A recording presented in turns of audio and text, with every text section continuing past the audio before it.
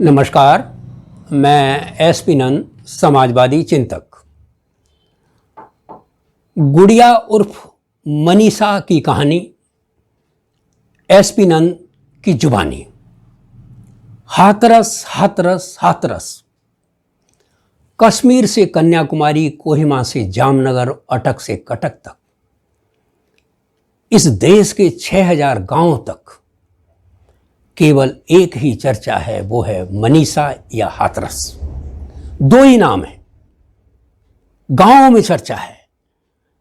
ये क्या हो गया कि मनीषा और हाथरस का नाम इस देश के 6000 गांवों तक पहुंच गया।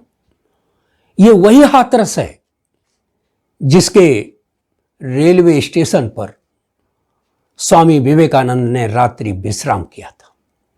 ये वही हाथरस है जहां की हींग और चाकू विश्व प्रसिद्ध है। लेकिन मैं यहां पर किसी चाकू या छुरी की बात करने नहीं आ रहा। हाथरस में 14 सितंबर को जो लोमहर्षक कांड मनीषा वाल्मीकि के साथ हुआ है, उस कांड की, जो बलात्कार, सामूहिक बलात्कार जो मनीषा वाल्मीकि के साथ हुआ है, जिसने पूरे देश को झकझोर दिया है, उसके विषय में आपसे चर्चा करने जा रहा हूं। हाथरस से 6 किलोमीटर दूर चंदपा गांव है, वहीं पर चंदपा थाना है, और उसके पूरब में 1 किलोमीटर दूर पूरब में बूलगढ़ी गांव है। वहीं पर 4-5 घर वाल्मीकियों के हैं। वहीं पर मनीषा रहती थी, मनीषा का परिवार रहता था। और 14 सितंबर को मनीषा वाल्मीकि और उसका परिवार, उसकी माँ जो है, खेतों में, सामंतों के खेतों में घास खोद रही थी। गरीब, मजदूर, शोषित, वंचित समाज के लोग, समाज के अंतिम, इस देश की सामाजिक व्यवस्था के अंतिम पावदान पर जन्मे ये लोग कैसे ही पशुपालन करके, घास वास खोद करके, अपने जानवरों का पालन पोषण करके, उनका दूध बेच करके जैसे तैसे काम चलाते थे। बहुत ही गरीब, पॉवर्टी लाइन के, बिलो पॉवर्टी लाइन के ये लोग।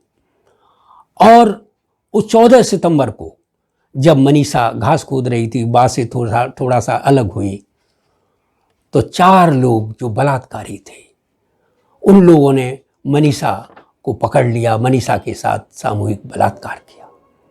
खेतों में ही, बाजरे के खेतों में, सरेआम गुंडागिर्दी, खुलेआम गुंडागिर्दी, दिन दहाड़े। और उसके जबान कट गई, उसकी गर्दन की हड्डी टूट गई, उसके रीढ़ की हड्डी टूट गई। और इस हालत में जब माँ को पता लगा, माँ दौड़ी और बेटी को लेकर के जब वो थाने गए, तो थाने वालों ने भगा दिया।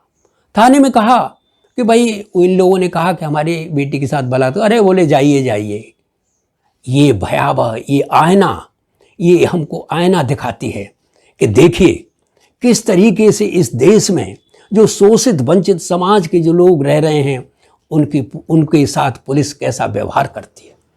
अल्टीमेटली इन्होंने, चूंकि लड़की की हालत खराब थी, तो उसको लेकर के ये लोग अलीगढ़ पहुंचे, अलीगढ़ हॉस्पिटल में भर्ती किया। और अलीगढ़ में जब वहाँ पर इलाज चल रहा था, लेकिन पुलिस वालों को भी पता था कि अब ये लड़की ज़्यादा दिन लड़की बेहोशी की हालत में थी। लोगों को, पुलिस वालों को पता था कि ये लड़की ज़्यादा जीवित नहीं रहेगी। लेकिन 19 तारीख को अचानक मनीषा वाल्मीकि को होश आ गया और उन्होंने डाइंग डिक्लेरेशन किया, अपनी जुबानी बताया कि मेरे साथ 4 लोगों ने बलात्कार किया है। ये मनीषा वाल्मीकि ने बताया। तब 19 तारीख को एक व्यक्ति के खिलाफ चंदपा थाने में पुलिस ने मामूली धाराओं में मामला दर्ज किया। देखते जाइए आप जो है पूरे सीन को, मामला दर्ज किया।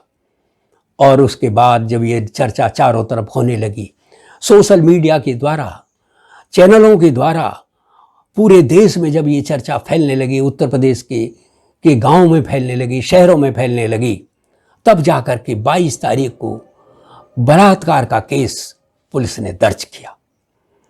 आप ये देखिए कि किस तरीके से केसों को पुलिस किस तरीके से इस कांड को दबाने का काम कर रही थी। पुलिस सोच रही थी कि लड़की जितनी जल्दी मर जाए उतना अच्छा है। लड़की की हालत बिगड़ती जा रही थी, दिन पर दिन बिगड़ती जा रही थी।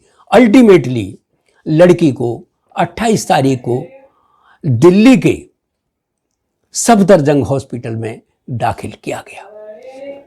लेकिन अलीगढ़ के हॉस्पिटल ने एम्स के लिए रिकमेंड किया था। देखिए, लड़की को इलाज भी ठीक तरह से मुहैया नहीं कराया, लेकिन सफदरजंग हॉस्पिटल में एडमिट कराया। और विडंबना देखिए कि 28 तारीख को मनीषा वाल्मीकि ने दम तोड़ दिया और चली गई। वो कह गई कि मुझे कि ये जो बेटी बचाओ बेटी पढ़ाओ के नारा देने वाले लोगों, तुम्हारे देश में बेटी सुरक्षित नहीं है। और कह गई कि मैं तो, वो बलात्कारियों के मुंह पर थूक गई और कह गई कि मैं तो छोड़ चली बाबुल का देश, अब मैं तुम्हारे देश में कभी नहीं लौटूंगी। वो चली गई। लेकिन विडंबना देखिए, हाथरस के डीएम और एसपी की करतूत देखिए कि वो डेड बॉडी को लेकर के गांव में आए और उन्होंने, जो माँ बाप थे, माँ बिलखती रही, रोती रही, दहाड़ मारती रही, सिर पटकती रही जमीन पर कि मेरी बेटी को एक बार मुझको दिखा दो, मुझको देख लेने दो। अपनी बेटी को मैं अपने घर से रोली चंदन लगा करके, हल्दी लगा करके विदा करना चाहती हूँ। लेकिन पुलिस वालों का, डीएम और एसपी का दिल नहीं पसीजा, पुलिस का दिल नहीं पसीजा। आप इस बात को सोचिए कि इस देश की सामाजिक व्यवस्था में सबसे निचले पायदान पर रहने वाले लोगों के साथ किस तरीके का व्यवहार किया जाता है। आप ये देख लीजिए, किसी अपर कास्ट की अगर ये लड़की होती तो थाना फूंक दिया जाता, पता नहीं क्या हो जाता। लेकिन नहीं, उन पुलिस वालों को मालूम था कि ये बहुत कमज़ोर लोग हैं, ये शोषित वंचित समाज के लोग हैं, ये सदियों से सताए लत्याए दुराए और पछाड़े हुए लोग हैं, ये हमारा कुछ नहीं कर पाएंगे। और पुलिस का जो कुछ कर रही थी, सबूतों को मिटाने का काम जो कर रही थी, वो किसके इशारे पे कर रही थी? जरूर कहीं ना कहीं से, लखनऊ से या कहीं ना कहीं से उसको निर्देश मिल रहे होते। और रात के 2:40 पर पुलिस ने घर वालों की अनुपस्थिति में, कोई घर वाला वहाँ मौजूद नहीं था, और यानी वो डेड बॉडी जो होती है वो भी एक सबूत होती है, एक प्रमाण होती है, एक साक्ष्य होती है, उस साक्ष्य को भी मिटा दिया और रात में ही मनीषा वाल्मीकि का अंतिम संस्कार कर दिया।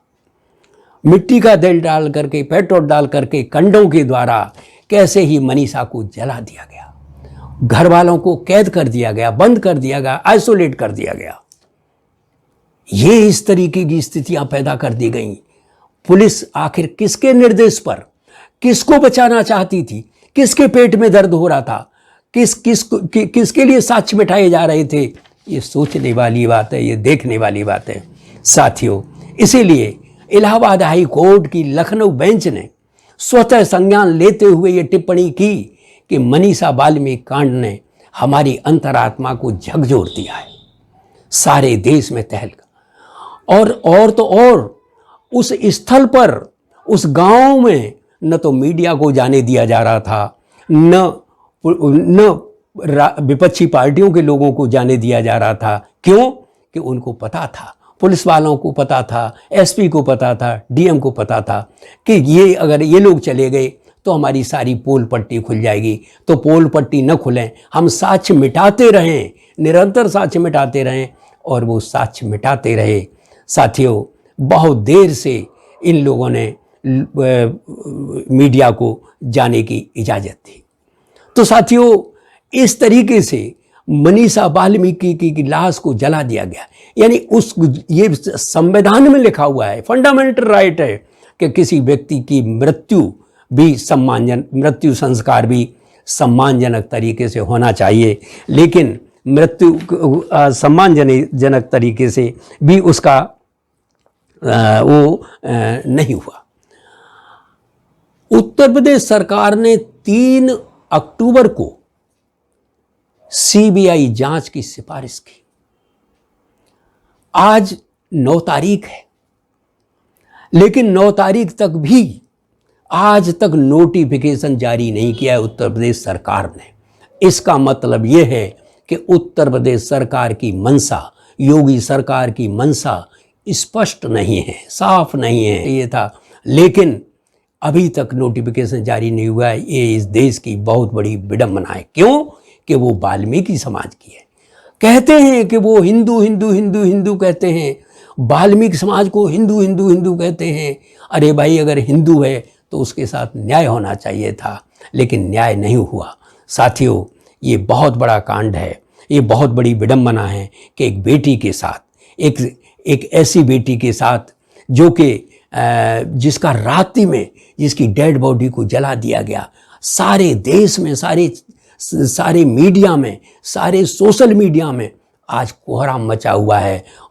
और इस देश में चर्चा अगर हो रही है तो हाथरस की या मनीषा वाल्मीकि की चर्चा हो रही है। साथियों, हम बहनों और भाइयों, ये तय करिए, ये प्रण करिए कि इस देश में बेटियों के साथ जो अत्याचार हो रहा है और ये ढोंग ढकोसला और पाखंड के क्या जो नारा दिया जाता है कि बेटी बचाओ बेटी पढ़ाओ, ये ढोंग ढकोसला पाखंड का नारा है। ये केवल गुमराह करने वाला नारा है। अगर इनकी मंशा स्पष्ट होती तो बेटियों के साथ जो आजकल एकदम जो चारों तरफ हाहाकार मचा हुआ, बेटियों के साथ बलात्कार जो चारों तरफ जो हो रहे हैं, आखिर क्यों हो रहे हैं, ये सोचने वाली बात है, ये शोध का विषय है। इसलिए साथियों, हमको आपको सभी को सावधान रहना है और इस बात का उत्तर प्रदेश सरकार पर भी दबाव बनाना है कि वो जल्दी से जल्दी जो सीबीआई इंक्वायरी की जो उसने सिफारिश की है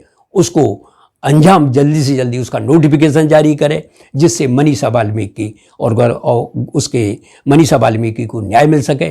मैं एक बार मनीषा वाल्मीकि के माता पिता, उनके भाइयों, उनके घर वालों को मैं सलाम करता हूं कि वो इतनी जीवट के लोग निकले कि वो किसी लालच में नहीं फंसे, वो नौकरी के लालच में नहीं फंसे, वो 25 लाख के लालच में नहीं फंसे। निश्चित रूप से वो हमारे सलाम के अधिकारी हैं कि वो बिके नहीं, वो एकदम दृढ़ प्रतिज्ञ होकर अब अपनी बेटी के लिए, न्याय के लिए आज भी वो संघर्ष कर रहे हैं। ये बहुत बड़ी बात है। हम सबको, आपको सीख लेनी चाहिए और इस परिवार का पूरी तरह साथ देना चाहिए, सहयोग देना चाहिए। धन्यवाद। जय जवान, जय किसान, जय संविधान।